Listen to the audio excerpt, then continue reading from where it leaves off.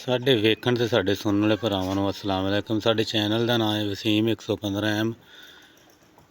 ਜਿਵੇਂ ਕਿ ਤੁਸੀਂ ਇਹ ਦੇਖ ਰਹੇ ਹੋ ਜਾਨਵਰ, ਬੱਕਰੀ ਜਾਨਵਰ, ਇਹਨਾਂ ਨੂੰ ਸਟਾਰਟ ਕਰਨ ਵਾਸਤੇ ਤੁਹਾਡੇ ਕੋਲ ਕਮੋ ਪੇਸ਼ ਵੀ 1 ਲੱਖ ਰੁਪਇਆ ਹੋਣਾ ਚਾਹੀਦਾ।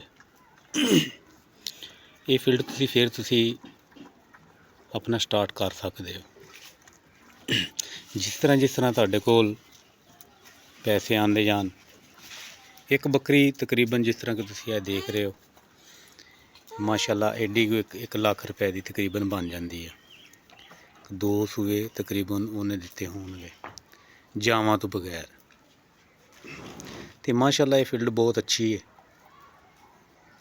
ਤੇ ਜਿਸ ਤਰ੍ਹਾਂ ਤੁਸੀਂ ਦੇਖਦੇ ਪਏ ਹੋ, ਸਾਡੇ ਕੋਲ ਆਏ ਇੱਕ ਸੀਗੀ, ਉਸ ਤੋਂ ਬਾਅਦ ਉਹ ਪਰਲੀ ਲਈ ਸੀਗੀ ਮੱਖੀ ਚੀਨੀ ਜਿਹੜੀ ਨਜ਼ਰ ਆ ਰਹੀ ਆ, ਉਹ ਮਾਸ਼ਾਅੱਲਾ ਉਹ ਸੂਈ ਹਨ 4 ਮਾਸ਼ਾਅੱਲਾ ਲੇਲੇ ਦਿੱਤੇ ਆ।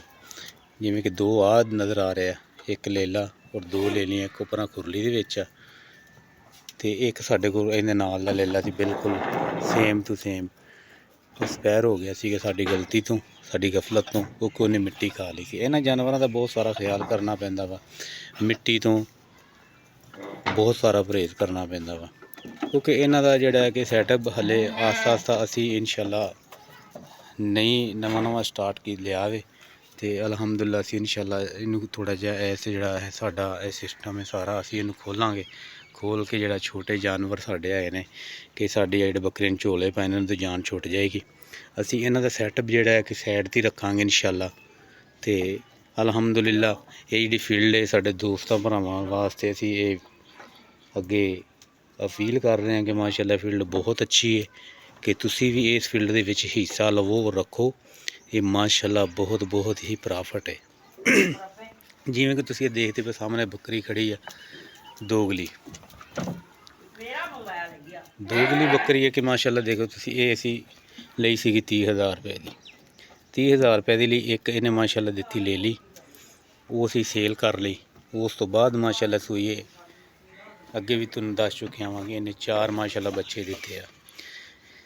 ਗੱਲ ਕਰਨ ਦਾ ਮਤਲਬ ਹੈ ਕਿ ਇਸ ਫੀਲਡ ਵਿੱਚ ਮਾਸ਼ਾਅੱਲਾ ਬਹੁਤ ਹੀ ਮੁਨਾਫਾ ਹੈ। ਬਾਕੀ ਰਹਿ ਗਈ ਦੂਸਰੀ ਗੱਲ ਕਿ ਇਹਨਾਂ ਤੋਂ ਜਿਹੜੀ ਕਿ ਨਫ਼ਰਤ ਬਿਲਕੁਲ ਹੀ ਨਹੀਂ ਕਰਨੀ ਚਾਹੀਦੀ, ਕਿ ਇਹ ਜਾਨਵਰ ਜਿੰਨਾ ਤੁਸੀਂ ਖਿਆਲ ਕਰ ਲਓਗੇ ਉਨਾ ਹੀ ਤੁਹਾਨੂੰ ਫਲ ਮਿਲੇਗਾ। ਇਹ ਨਹੀਂ ਹੈਗਾ ਕਿ ਤੁਸੀਂ ਅੱਛੇ ਸਫੈਦ ਪੋਸ਼ ਕੱਪੜੇ ਪਾ ਕੇ ਤੁਸੀਂ ਸਾਈਡ 'ਤੇ ਰਹੋ, ਤੇ ਇਹਨਾਂ ਦੇ ਵਿੱਚ ਜਦੋਂ ਵੀ ਤੁਸੀਂ ਕੰਮ ਤੋਂ ਆਉਣਾ ਵੇ, ਜੋ ਵੀ ਆਉਣਾ ਹੈ ਆਪਣੇ ਮਸਰੂਫੀਆਤ ਜਿਹੜੇ ਤੁਹਾਡੇ ਹੈ ਨੇ, ਆ ਕੇ ਤੁਸੀਂ ਇਹਨਾਂ ਨੂੰ ਇੱਕ ਨਜ਼ਰ ਜਿਹੜਾ ਹੈ ਕਿ 2-2 ਮਿੰਟ ਇੱਕ ਪਾਰੂ ਨੂੰ ਗੌਰ ਨਾਲ ਤੁਸੀਂ ਦੇਖਣਾ ਵਾ।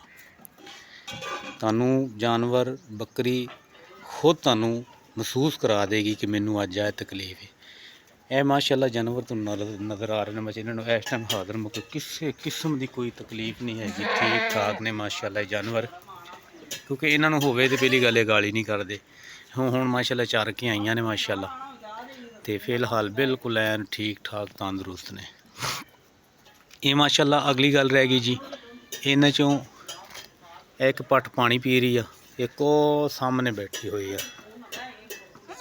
ਇਹ ਮਾਸ਼ਾਅੱਲਾ ਪਹਿਲਣਾ ਵਾ, ਆਸ ਹੋਈਆਂ ਵਾ। ਉਹ ਬੱਕਰੀ ਵੀ ਆਸ ਹੋਈ ਆ। ਇਹ ਵੀ ਜਿਹੜੀ ਆਸ ਜਿਹਨੇ 4 ਬੱਚੇ ਦਿੱਤੇ ਹੋਏ ਆ, ਇਹ ਵੀ ਮਾਸ਼ਾਅੱਲਾ ਆਸ ਹੋਈ ਆ।